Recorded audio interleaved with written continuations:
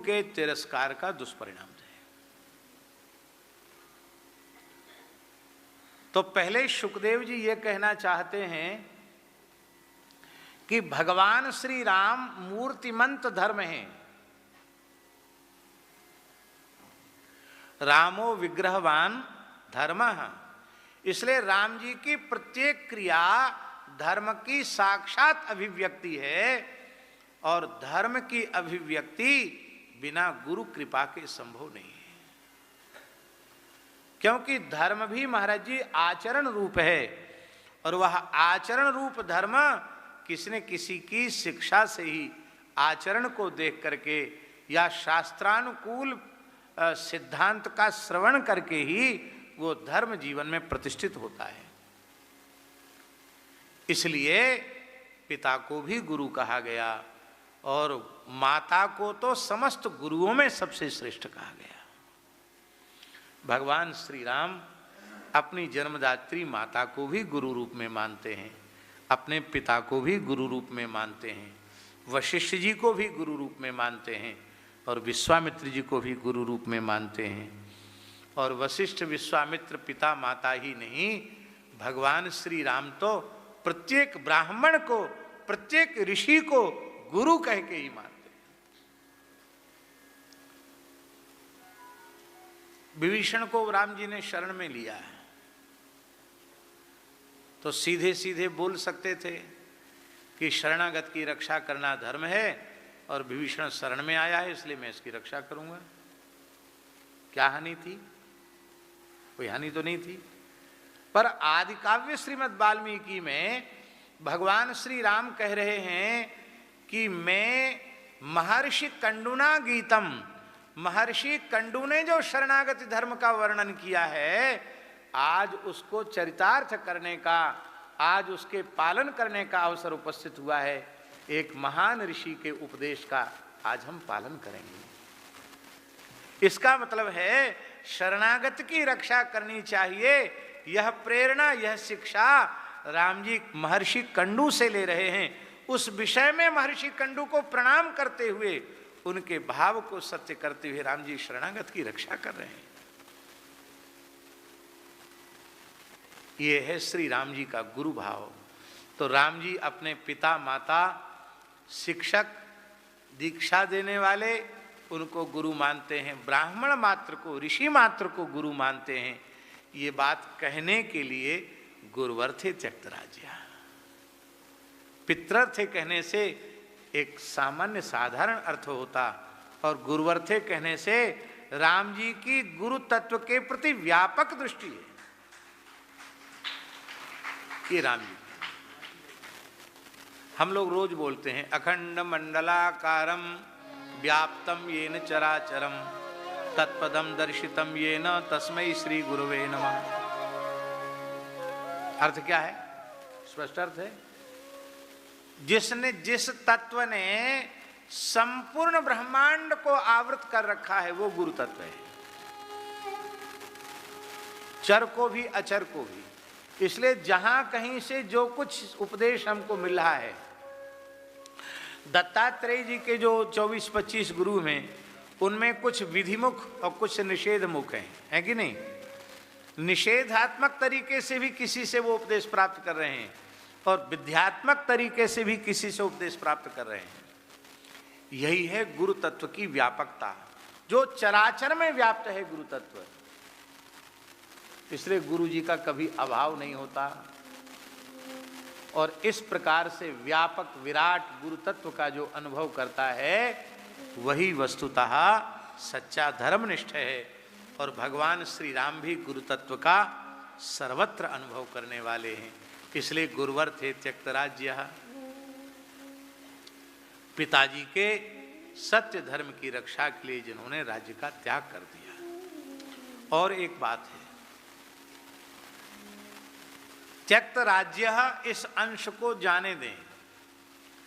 केवल गुरुवर्थे इस शब्द का हम विचार करें तो संपूर्ण रामचरित्र गुरुवर्थे शब्द में सन्निहित है, सन्निविष्ट है।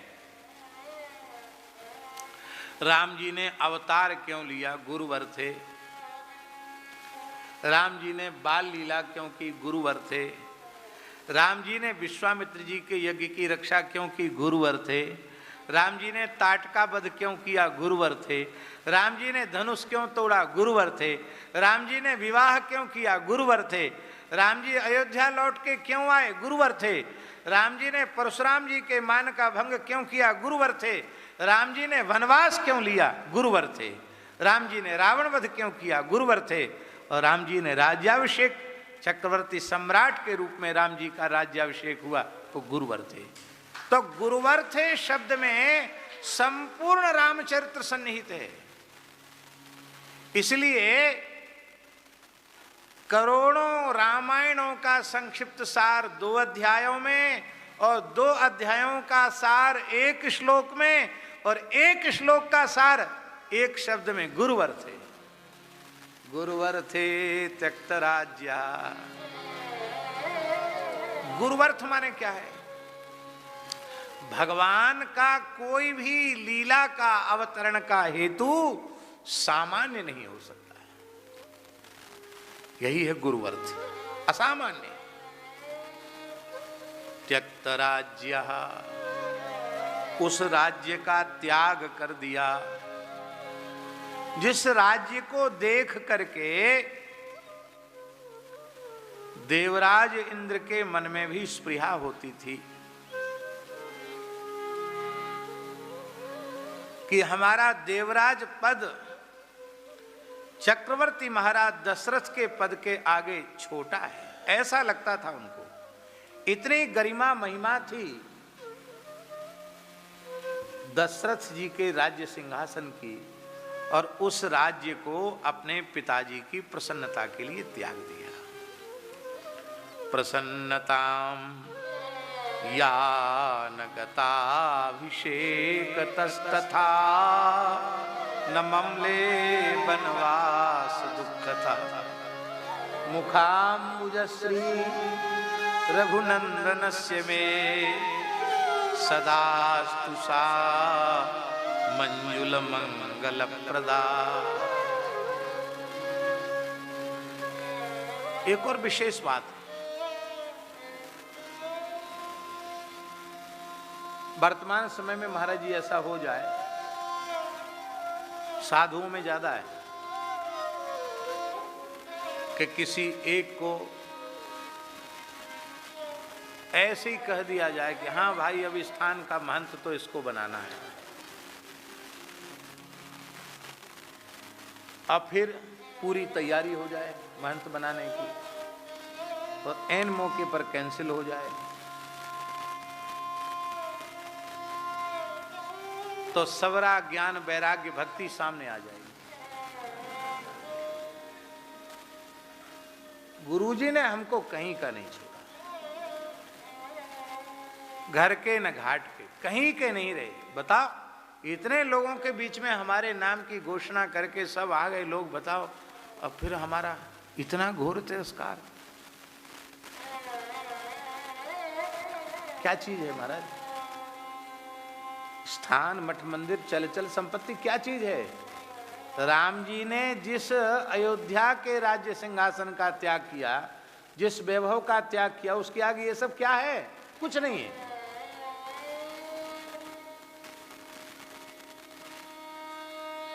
कुछ भी नहीं है।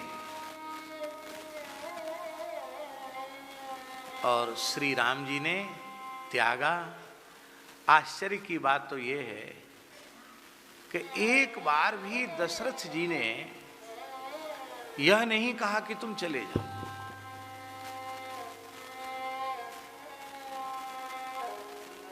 स्पष्ट आज्ञा दी क्या कि मैंने तुम्हारी माता को वरदान दे दिए हैं और अब तुम जाओ, ऐसा कहा क्या? किसी रामायण में आपने पढ़ा क्या?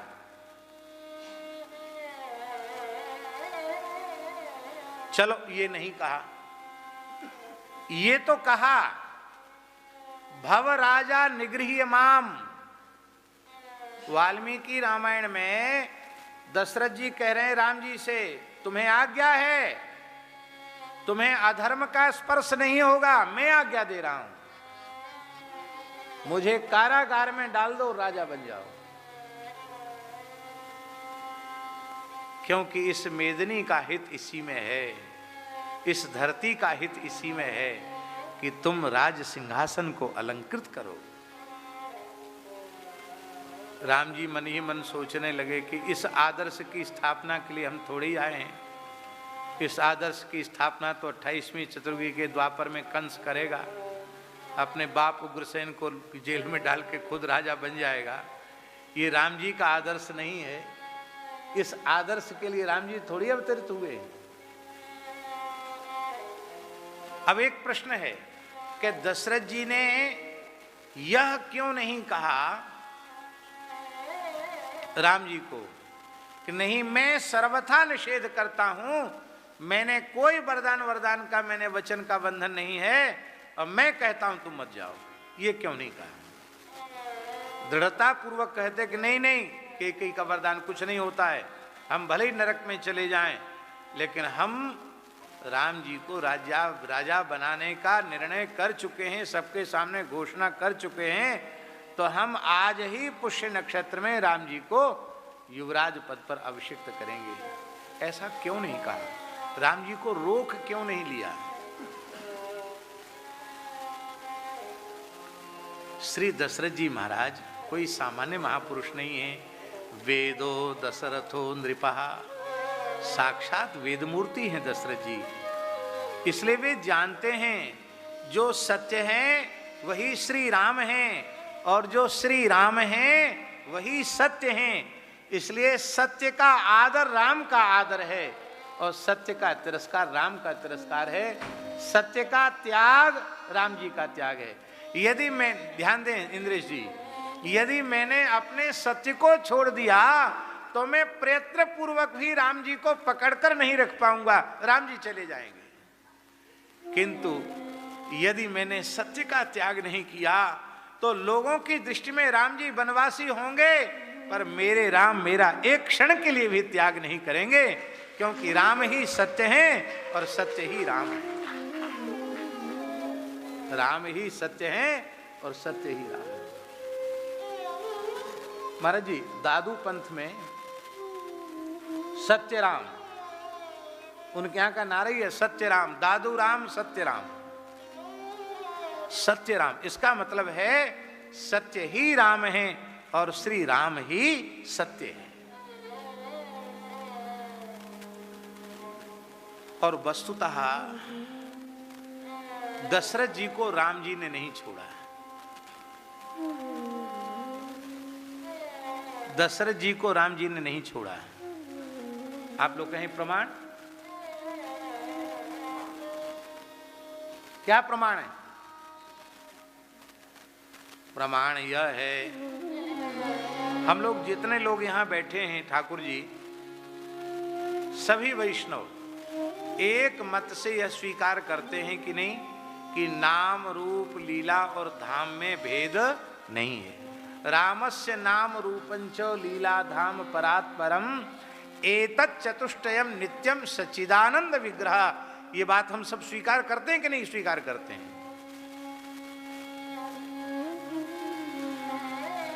और दशरथ जी प्राण कैसे त्याग रहे हैं? राम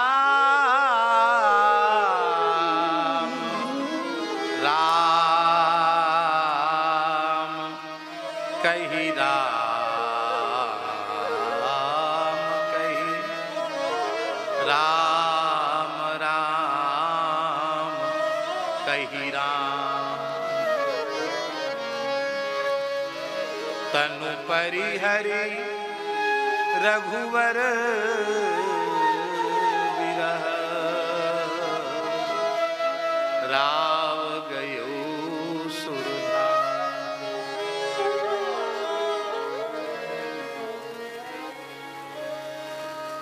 जन्म जन्म मुनि जतन कराही, अंतराम कही आवत ना। और यहां एक बार दो बार नहीं, 6 बार राम राम कही, राम कही, राम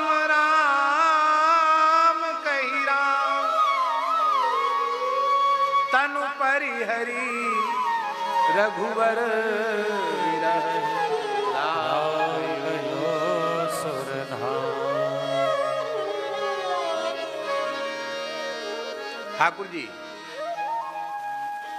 जब वैष्णव नाम का उच्चारण करता है तो नामोच्चारण के अव्यवहित उत्तर क्षण में वैखरी वाणी से जब नाम प्रकट होता है तो उस नाम के उच्चारण के अव्यवहित उत्तर क्षण में नाम के रूप में साक्षात भगवान का प्राकट्य होता है।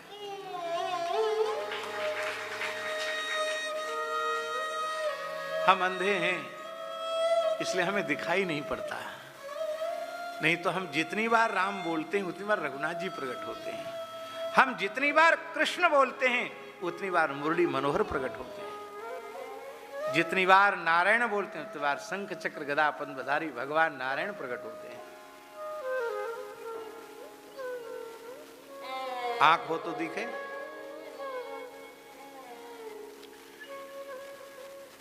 अच्छा, एक प्रश्न हम कर रहे हैं, बड़ी गंभीर बात है।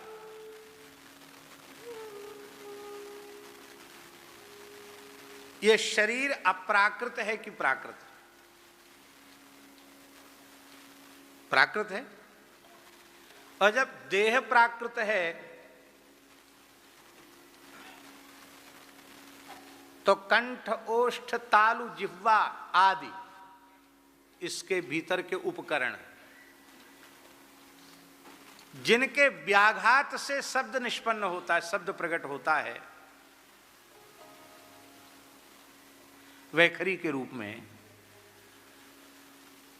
वो कंठ, ओष्ठ, जिह्वा, मूर्धा, तालु आदि ये प्राकृत हैं कि अप्राकृत? प्राकृत हैं। अब हम दूसरी बात पूछ रहे हैं, भगवान का नाम प्राकृत है कि अप्राकृत? तो प्राकृत देहेंद्रियादि में अप्राकृत शुद्ध सच्चिदानंद श्री नाम को प्रकट करने की सामर्थ्य कहां है? इसलिए संसार का कोई भी शरीरधारी प्राणी भगवान का नाम नहीं ले सकता, न कोई नाम लेता है। यदि कोई कहता है कि मैं 1 लाख नाम लेता, 3 लाख नाम लेता हूं या इतना जप करता हूं, तो वो झूठा अहंकार करता है। कोई नाम लेने वाला माई का लाल पैदा नहीं हुआ, नाम तो स्वयं प्रकट होता है। क्योंकि देहेंद्रियादि प्राकृत है और नाम अप्राकृत है। और ये नाम प्रकट कैसे होता है? ये महाराज जी हरिगुरु संतों की कृपा से ही प्रकट होता है।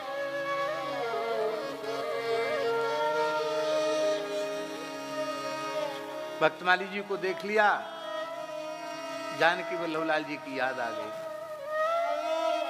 पूज्य श्री पीपा पीठाधीश्वर जी को देख लिया, ठाकुर जी की संतों की याद आ गई।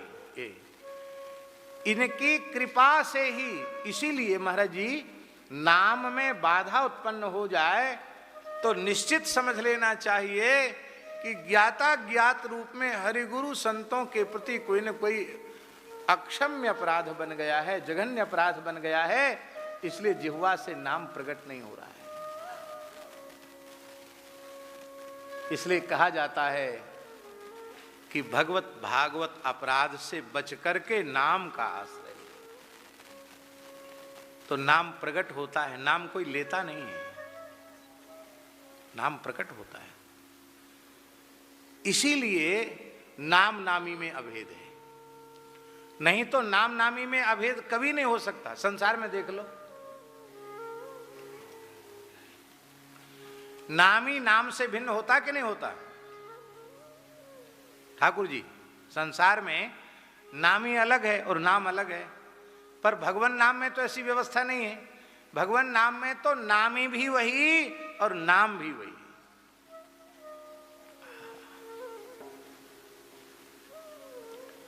सच्ची बात तो यही है, हम सब इस धरती के जीवों के लिए भगवान का सबसे सुलभ अवतार जो है वो श्री नामावतार ही। इसलिए श्रीमन महाप्रभु जी ने कहा, नाम नामकारी बहुधा निज सर्वशक्ति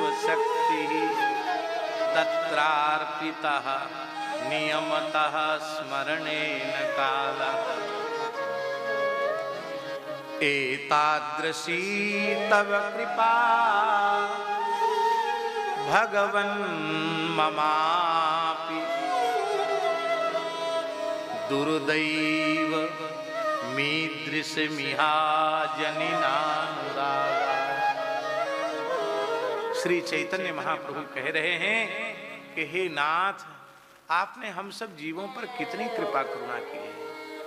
अपनी संपूर्ण शक्ति सामर्थ्य को नाम के रूप में प्रकट कर दिया है।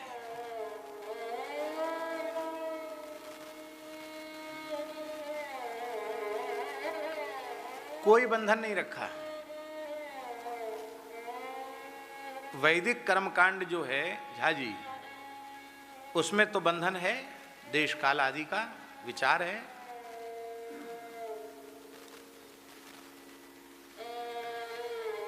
अब देखो एक श्लोक हम बोल रहे हैं,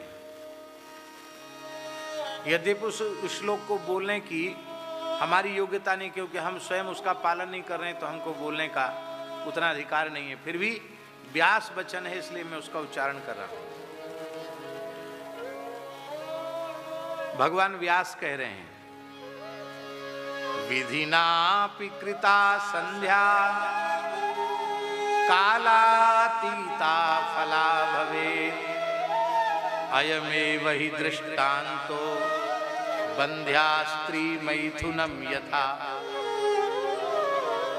भगवान व्यास पुराण में बोल रहे हैं कि आपने संध्योपासन विधि पूर्वक किया, किंतु संध्या का जो काल है उसका अतिक्रमण हो गया। उत्तमा तारकोपेता, मध्यमा लुप्त तारका, अधमा सूर्य सहिता, ये प्रातः काल की 3 संध्या। इसी तरह से सायंकाल को अधमा तारकोपेता, उत्तमा सूर्य सहिता, मध्यमा लुप्त भास्करा, अधमा तारकोपेता। कभी किसी विशेष परिस्थिति में उल्लंघन हो जाए तो कोई बात नहीं, लेकिन रोज ही यही किया जाए तो भले ही आप सारे संध्या उदाहरण दे रहे हैं भगवान व्यास, बंध्या स्त्री मैथुनम यथा, जिसमें जननीत्व का सामर्थ्य नहीं है, ऐसी बंध्या स्त्री का समागम जैसे व्यर्थ होता है, ऐसे ही उस व्यक्ति का संध्योपासन भी व्यर्थ है। पर ठाकुर जी अब हम पूछ रहे हैं कि 24 घंटे के किसी भी काल में, किसी भी क्षण में, किसी भी अवस्था में, किसी भी दिशा की ओर मुंह करके एक बार भी जो हरिनाम का उच्चारण किया है, क्या वह व्यर्थ चला जाएगा?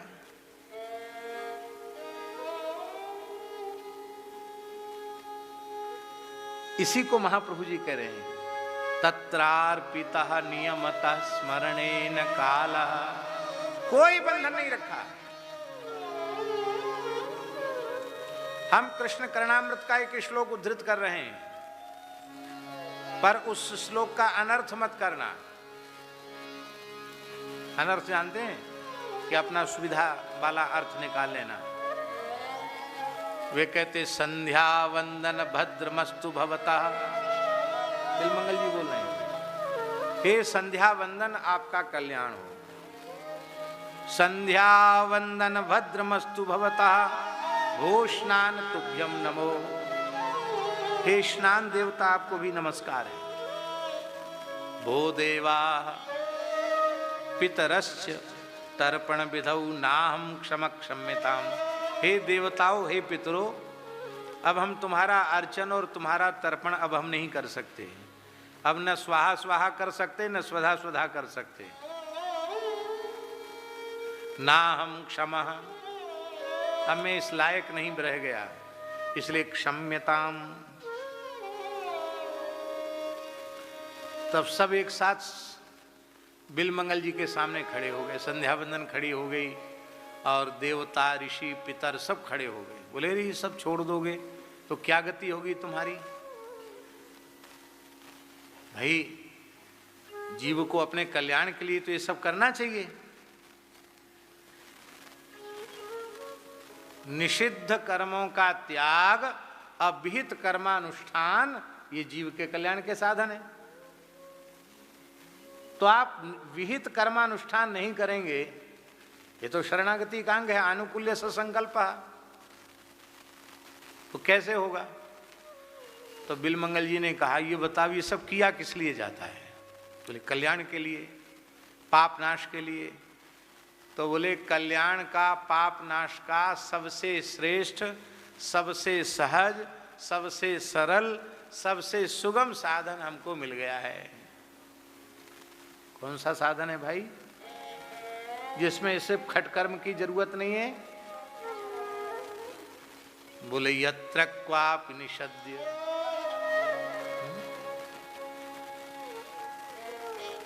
यत्र क्वापि निषद्य, किस आसन पर बैठो, किस समय बैठो, किस दिशा की ओर मुंह करके बैठो, अब कोई बंधन नहीं रहा। यत्र क्वापि निषद्य, चाहे जहां बैठकर।